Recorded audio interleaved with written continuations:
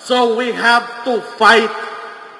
Kahit gaano sila kalaki, makapangyarihan, nasa kanila lahat ng pera, tinatakot nila ang lahat, kinukulong nila ang lahat, hindi tayo titigil hanggat sa hindi tayo mauubos. Huwag lang kayo talagang tumigil.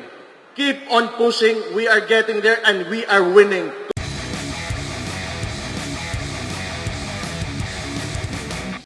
Gusto kong malaman nyo na I am only here as your instrument.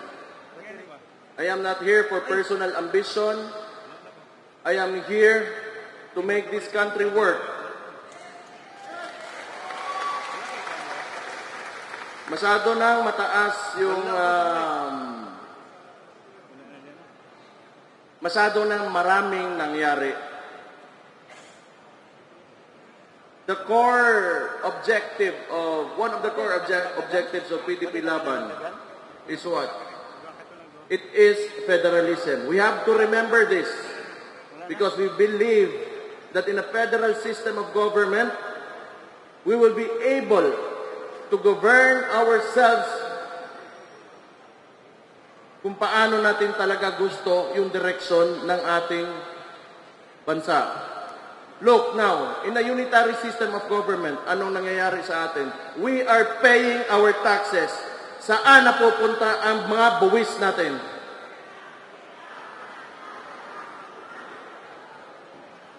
Instead of opening up the Blue Ribbon Committee on the flood control, kung saan nawawala ang trilyon-trilyon nating pera, ano ang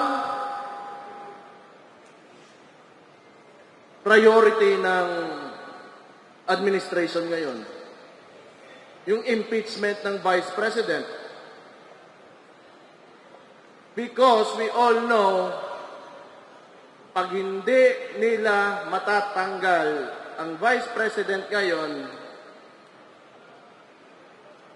hindi sila makalagay ng presidente nila on the 2028 elections because he is a great threat sa presidency this 2028. Now, I go back.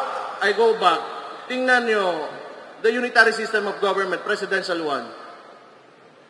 They have so much control and so much power, and that is centralized right now, kaya nangyayari sa atin to. The president can threaten anyone.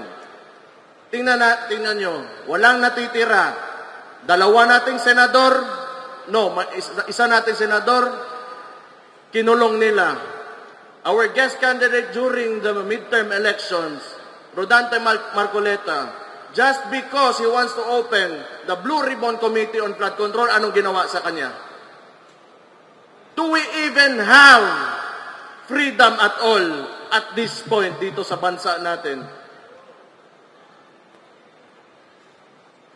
The former president, nasan ngayon? He's in The Hague. He's in the ICC. And clearly, walang jurisdiction. We know the process and they broke the process. And mind you, this is an establishment that should be an honorable one. And yet, they move like syndicates. They have cooperated with the president who moves like a syndicate. Papayag kayo na ganito na lang tayo? We have to do our duty and responsibility for our country. All of us members of this party will not have an ambition of his own, and our collective ambition is to lift this country up from all of this corruption, from all of this evilness that is happening to our country right now. This should stop right now in the 2028 elections.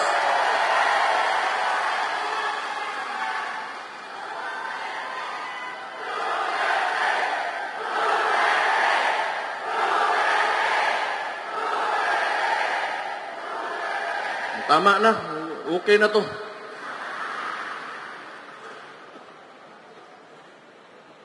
Yung mahalaga kasi, yung kinabukasan. I have children.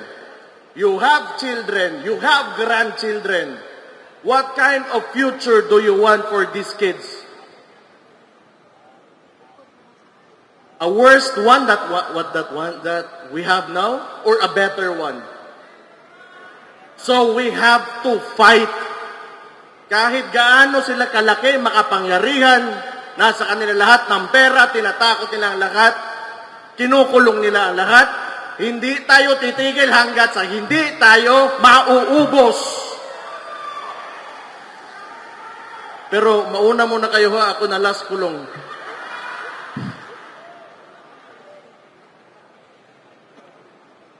Pero maluoy tayo, maawa tayo sa kinabukasan ng mga bata. Yan talaga ang... At yung pera, sinasayang. Sinasayang, it is estimated that we have lost up to 1 trillion in corruption already. And look at our environment, look at the people. People are still suffering, people are still hungry and very dissatisfied with this government. The survey showed, ang presidente natin ngayon got a survey, an approval rating, which is a disapproval rating, negative 27. Di na natin kailangan pag-usapan pa. The people are already, the people already know. The people already know. We are tired and we do not want this anymore. But I guess the upside of things, tingin ko rin naman maganda. Kasi nakita ng mga Pilipino kung ano ang klaseng gobyerno ang hindi maganda. They have contrast to what former President Rodrigo Duterte did to this country when he was president. And he made this country great. He made us Filipinos proud of our country. So which is good contrast. Ngayon, pag upo ni Bangag, ano nangyari? That is why people are very dissatisfied because nakikita natin ang difference, ang diferensya ng noon at ngayon. I think marami pa tayo on the agenda. But gusto ko lang ulitin, I am here for you as your instrument, as your leader of this party. Kung anong gusto nyo ang direksyon na susundin natin, I will listen to you.